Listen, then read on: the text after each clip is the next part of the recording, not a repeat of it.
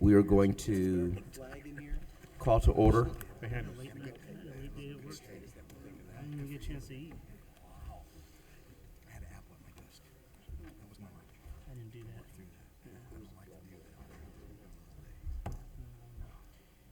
We have a roll call, please, Mr. Weber. Mr. Demakia, Yes. Mr. Fallis, Yes, present. Mr. Smith, Present. Mr. Sturgill, Present. and Mr. Williams. Present. Pledge of Allegiance.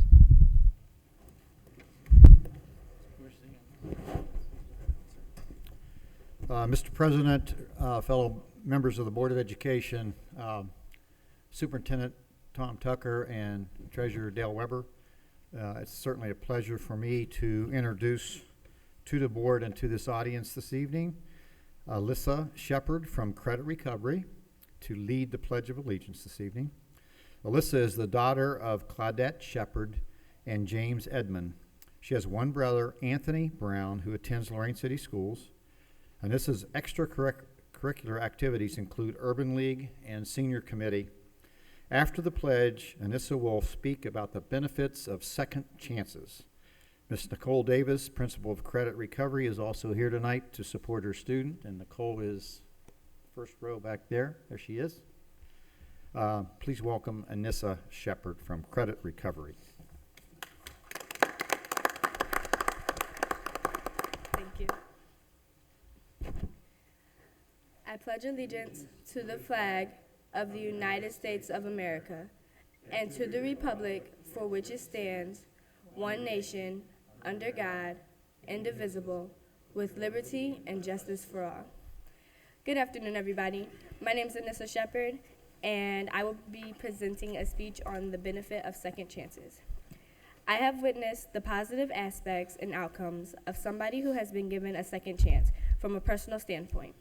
A friend of my immediate family was incarcerated for a crime that he did not commit. While out on bond for a period of 18 months, he had found a job that paid well, maintained verifiable employment, signed up for college classes, bought a car, obtained his license, got custody of his 3-year-old child, and found stable residency. However, on his trial date, he was still found guilty. So on that date, he remained in county jail to await his stiff prison sentence. However, when his sentence date did came, all that he had done to better himself prior to being jailed played 2 significant roles in the outcome. The judge had explained that although the weight of guilt was currently upon him after being convicted by a jury of his peers, whether he was innocent or not no longer mattered. He was imposed a suspended prison sentence of 5 years, but released him on community control because he wasn't a throwaway by society's standards. He has found peace and freedom since his release from jail, and I am proud to say I know him to be a very prominent and upstanding member of his community, an amazing father, a respectable man to many. Second chances can go a very long way, and in some cases, maybe the last chance you need. For me, Credit Recovery Academy is a second chance. I have come a very long way prior to being in Lorain High School. Working at my own pace really benefits me. Consequently, I have had more success in my required classes. I feel like my life is headed in the right direction. I would like to thank the administrators, Mrs. Davis and Mr. Newsom, for my second chance. Thank you. Thank you, Anissa. Very nice, well-spoken message this evening. On behalf of the Board of Education and Superintendent Tucker, I'd like to present to you this certificate of appreciation. Thank you.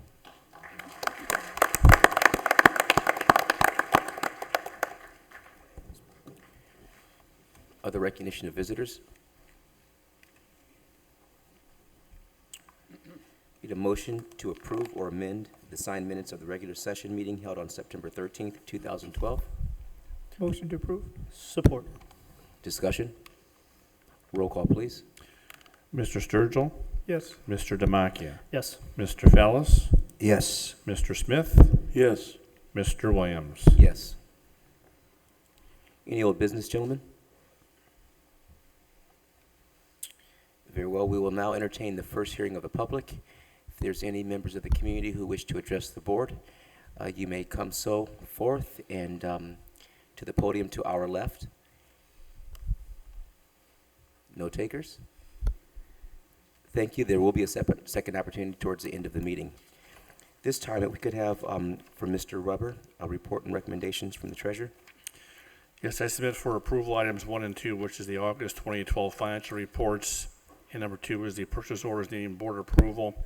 One item to note about the financial reports is that I told you last month that we would have the reconciliation of what's called the second half real estate taxes, the second half of the calendar year, which is really the first half of our fiscal year. And we brought in for real estate tax revenue $7,702,599, $7,023,599, and the item of note is that was about $352,000 lower than same time last year, about a 4.8% decline. So just keep that in mind. We may or may not make it up by the end of the year. There might be some delinquency revenues coming in by year end, but something to point out. So that's all of my report this evening. Thank you. Motion to approve items 1 and 2. Support with question. Sure. Discussion? I just wanted to, just get a question from Treasurer Weber. The decrease in the receipt of cash for the real estate taxes, could you explain to us what that was a result of? Whether it's a result of devaluation of property values or delinquency taxes or a combination thereof? I just wanted to know why there was a decrease from a year ago. Well, it could be delinquencies. It could be, we get a lot of what's called decreased complaints or some filings for reductions, whatnot. There's a lot of factors that fall into that. But once again, the delinquencies, if the bills aren't paid in July, August timeframe, sometimes they do get paid later on in the year. And that you kind of got to get a feel for that as time goes on. But if you look at the trend, we are definitely trending downwards since the last few years. So we're down from last year, we're down from 2 years ago, and we're down from 3 years ago. Same time last year, yeah. Okay, no further questions. Thank you for that clarity. Any more discussion? Roll call, please. Mr. Demakia, Yes. Mr. Fallis, Yes. Mr. Smith, Yes. Mr. Sturgill, Yes. and Mr. Williams. Yes. Thank you, Mr. Weber. And at this time, may we have report and recommendations from the superintendent? Mr. Tucker, please. Before I make my recommendations, I would like to say that letters went out to our preschool people today. Mrs. Hawks has worked very diligently to try at no cost to get full-day preschool back, so we are instituting full-day preschool in the next couple of weeks. And there'll be no cost to the district. We're able to do that at this time. Under recommendations, under personnel matters, I ask for approval item 1, which is resignations is listed. Item 2, new appointments. This is a latchkey program which is self-funded. Item 3, consider approval of contract status. We had secretary resign, so we're recalling one off of RIF list. Item 4, leave of absences is listed. Item 5, new appointments. One's a substitute teacher is listed. The other one is OGT tutoring, which is out of the Gear Up grant. Item 6, approval of contract status. We had one teacher from one junior high that was moved to a grant position. We replaced that position and we moved it over to Longfellow because the class sizes are so large there. And we are recalling one teacher off the list and adding that because the class sizes there are very large. What that has done is they've been able to reorganize over there, and we're now utilizing the NASA lab too on an interim basis. Christine Miller did a nice job getting that back in. Item 7, supplemental contract as listed. So I ask for approval, personnel matters A, items 1 through 7. Motion to approve personnel matters. Item A, or under A, items 1 through 7. Second. Any discussion, gentlemen? Roll call, please. Mr. Fallis, Yes. Mr. Sturgill, Yes. Mr. Smith, Yes. Mr. Demakia, Yes. Mr. Williams. Yes. Under other matters B, item 8, consider approval of adoption of curriculum guide. As we go through each of these programs and our college and professional pathways, as we get them approved from the state, we ask for board approval. So I ask for approval of item 8, the curriculum guide. Motion to approve item 8. Support. Discussion? Roll call, please. Mr. Sturgill, Yes. Mr. Demakia, Yes. Mr. Smith, Yes. Mr. Fallis, Yes. and Mr. Williams. Yes. Thank you. This time, is there any new business for discussion? Very well. This takes us to the second hearing of the public. Since there's been not much going on, probably isn't any takers on that either. Great. It gets us to the point in the meeting which we are most excited about. Committee reports? Committee reports. I didn't think there were any of those. That's really exciting. All right, we can now move to that next place, right, gentlemen? Okay, what we ask is for the board members to go out in the audience, and at this time, what we're going to do is we have a presentation for the new high school, and I'd like to give Mr. Hawks a lot of credit for this. He's done a lot of work on this, and we hope you like what you see. Tonight's an evening many of us have been looking forward to for a long time. 11 years ago, that happened to be November of 2001 exactly, the voters in Lorain City School District passed bond issue number 31.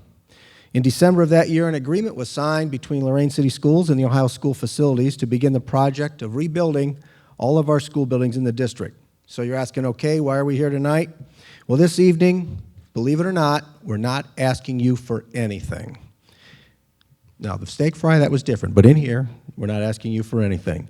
We're simply here to show you what you bought back in 2001, and we're going to unveil the capstone project of all of that, the new Lorain High School. So what's been accomplished in the past 11 years? As most of you know, and you can see listed up here, we've opened 10 new elementary buildings, 3 new middle schools, and as the openings have occurred over the past 7 years, the students of Lorain have been attending new and very efficient buildings designed for the 21st century learning.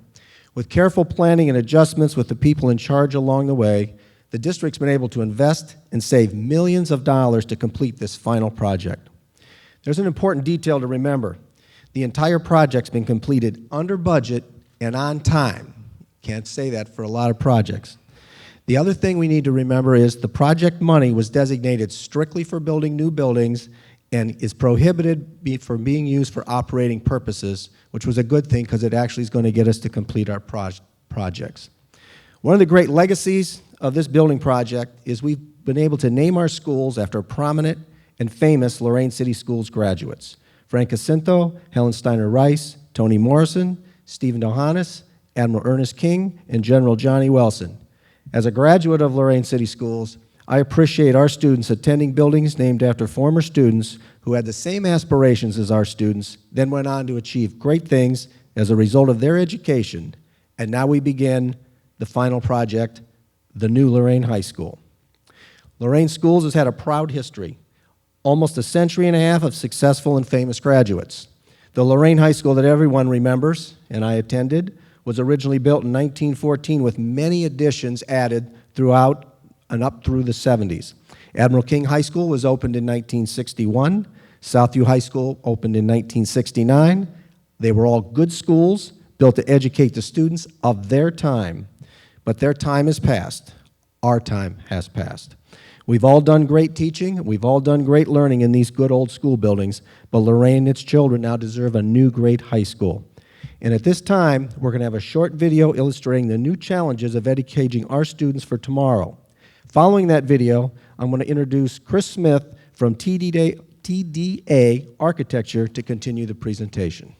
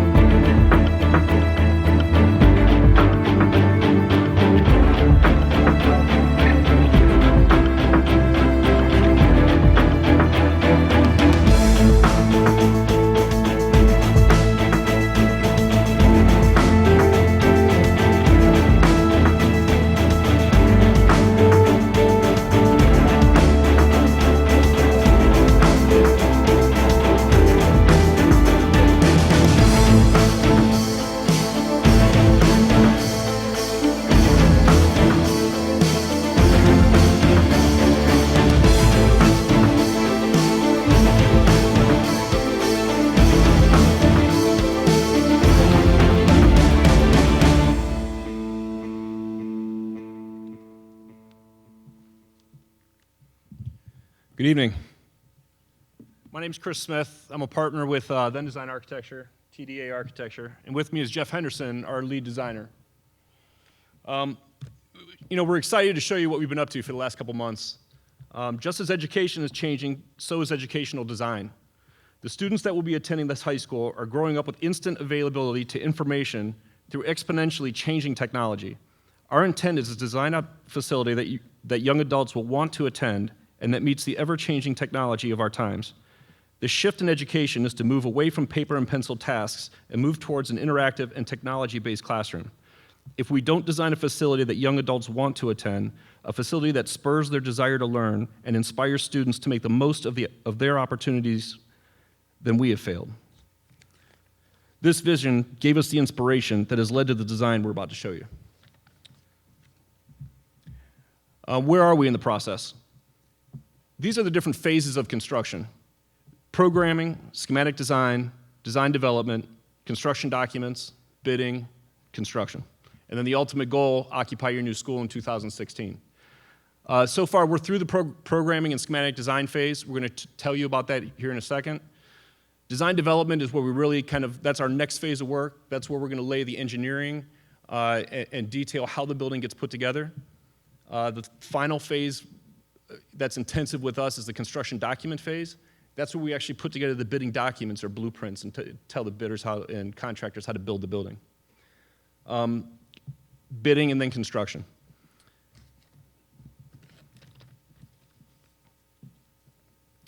Programming is the first phase. That's really kind of problem seeking. It's defining the space required for the new high school.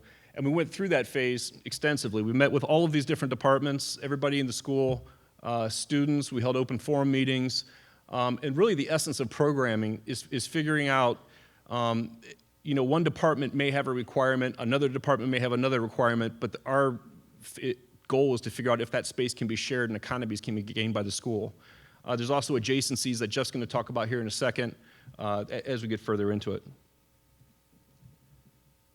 Schematic design, that's words and numbers translates to physical shape and size. That's where the fun begins. That's truly in the past where architects are sketching on their pad and we're sketching, but we're sketching on the computer, of course, and we're going to show you that as we go. With that, I'll introduce Jeff Henderson. He's our lead designer, and I'll be back up after he's done.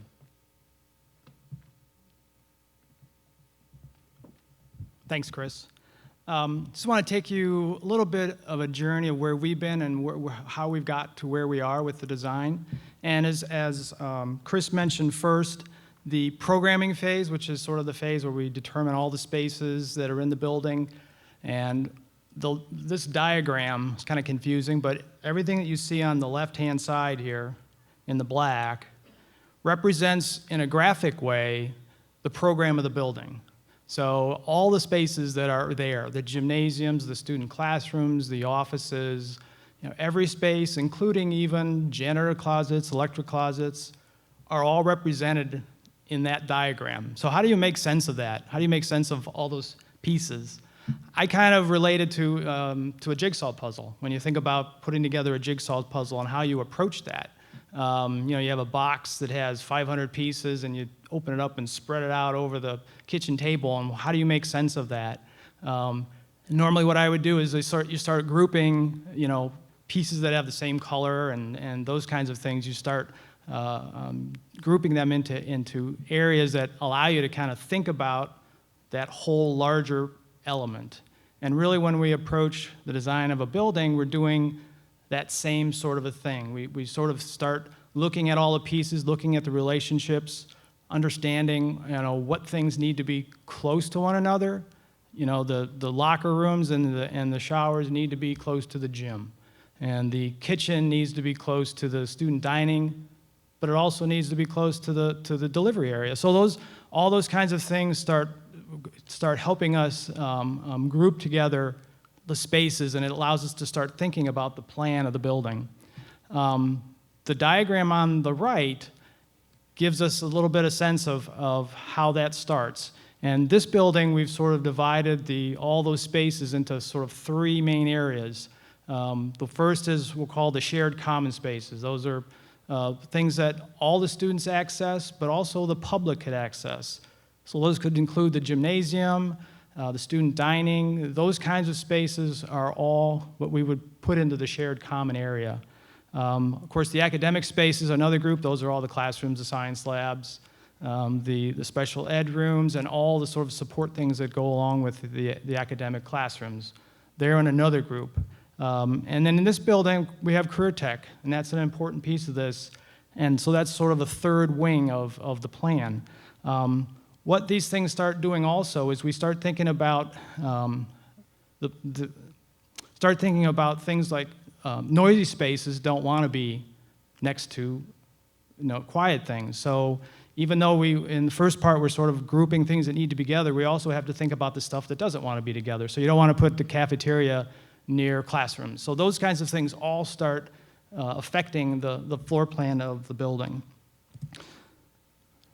Here's a development now of that first floor plan of the building. And you see sort of the three groupings of space. And the upper area, which again we'll call the common shared space, has the gymnasium, the student dining, auxiliary gym, the locker rooms, kitchen, service areas. Those are all kinds of things that are up in that area. Again, those are very active spaces, very noisy spaces. And so their relationship to the rest of the school is very important. The middle section is the academic area. That's actually a 3-story portion of the building. The number of classrooms is sufficient, and there's similar to Admiral King currently is 3 stories, so there's a 3-story section in the middle. And the lower wing is the career tech wing that has all those spaces sort of separated from the rest of the building. One of the things you'll notice is that we have the auditorium down in that wing, and that's for a couple of reasons. One, there was a desire, and Chris had mentioned that we had met with all the staff and gone through all those things. One of the identified desired relationships was to have the auditorium stage near the building construction lab, so they could construct scenery and move it onto the stage very conveniently. And that affected the location of the auditorium. And secondly, we separated the main gym from the auditorium, 2 different entrances, different parts of the school, so that simultaneous functions could happen in both spaces without any interference. So they have their own entrances and their own relationships. The site also is an important piece in terms of finalizing the design of the building. And of course, the site of the current Admiral King was going to be the site of the new school. One of the things that this allows us to do, and we had a lot of input from the staff, was we learned about how that site functioned currently and all the problems they had with circulation, with movement of buses and parents and all those things. We were given all that information, and the design problem was identified, and we could approach that. So it was kind of had a lot of learning things that we were able to garner and to improve the site plan of the new school. Here's a site plan now of the proposed building. It has that floor plan that you saw in the previous slides superimposed over this. One of the big changes here is the location of most of the parking areas. Currently, it's on the north side of the school. That's moved around to the west side, and what that allows us to do is now, during the day, that becomes student parking, and they can enter the building from the parking lot into the student dining area where they would stage before they go to school. But during the evenings and after hours then, that space could function as public parking for events that happen. So basketball games or plays at the auditorium, all of a sudden that becomes the parking area, and it's very convenient for going to athletic events or to the auditorium. So there were various things like that that we took into account in this site plan. Obviously, the athletic fields, practice fields are also around there. It was kind of a give and take in terms of providing enough parking as well as providing sufficient outdoor area for activities. And this building is about 100,000 square feet larger than the current Admiral King. So it's a much bigger building, and yet I think it utilizes the site very efficiently in terms of its what it takes up and what it allows to happen on that site. Now, and this is, everything is kind of here that you're seeing in sort of one dimension in the floor plan, in the planning. But at this stage, we also get a little more exciting things to start looking at, and that's starting to look at the building in 3 dimensions. And I'm going to give it back over to Chris. He can kind of take you through some of the 3-dimensional things. You can see a lot more realistic pictures of what the proposed design is. Thanks, Jeff. It's always fun to get to do the cool stuff. So this is called Cool Stuff. At the beginning, we're going to take you through some kind of axonometric views of the building as we kind of work our way around it, and then we're actually going to show you some more refined renderings, which are a little bit more realistic, photorealistic renderings. Then we're going to show you an actual 3D animation that's going to take you through the building. So this is in kind of preparing you and knowing where you're at, so we just don't throw the animation at you and you're kind of lost and don't know what's going on and stuff. So this is a view looking southwest. It's at the front entry. This is the main front entry right here. This is that bridge that you'll see in a second that says Lorain High School on it. This is the media center above the administration.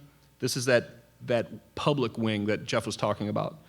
The center wing is the 3-story academic wing, and then this is the performing arts and career tech wing. As we kind of swing around to the front of the building, this is right where we were talking about. This is kind of like building number 1 or wing number 1. This is the academic wing in the center, and then this is the career tech wing. Are we all getting our bearings a little bit? Hopefully. This is swinging around to the back of the building. It's a pretty impressive back of the building, by the way. This is the actual event entry right here. This is the entry that'll lead you right into the cafeteria right before the gymnasiums. This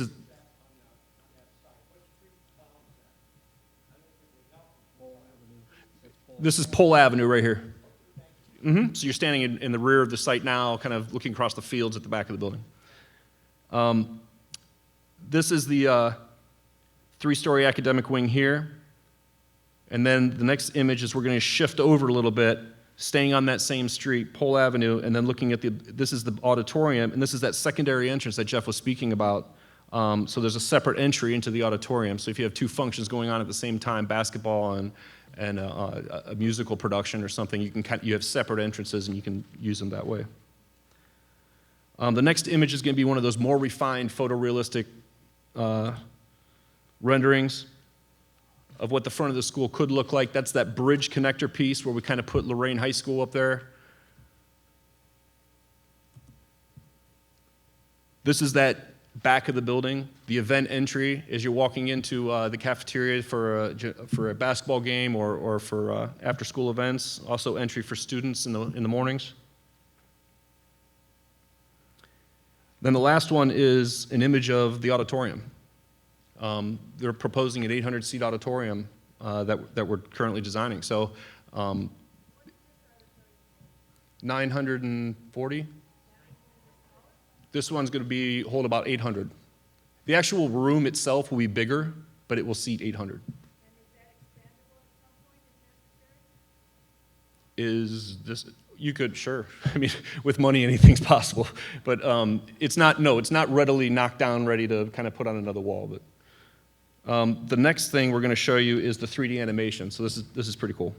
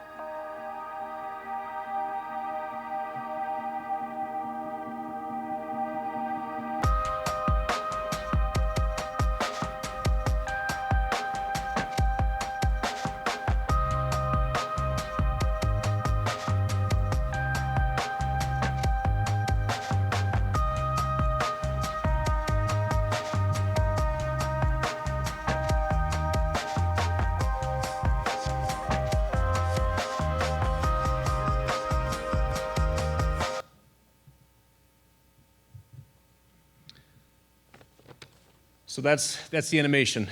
We're gonna have that animation up on your district's website here in a couple days. Just give them time to put it up so you can look at it at your leisure. But we're awfully excited about the design of that school. You know, we truly believe that this is cutting edge, that there isn't a high school in the area, in the state, anywhere that's going to rival this design. I'd like to leave you with a quote. This is by John F. Kennedy. He said, "All of us do not have equal talent, but all of us should have an equal opportunity to develop our talent." And that's no more real than what this opportunity brings us. We believe this facility gives every young adult in Lorain City Schools an equal opportunity to develop their talent, and not only to compete with other students in the state of Ohio, but around the world. We're currently working with colleges and universities whose entire campuses are not as advanced as this new high school campus. Your new high school will, quite frankly, be the best in the world. So with that, we'd just like to say congratulations and thank you.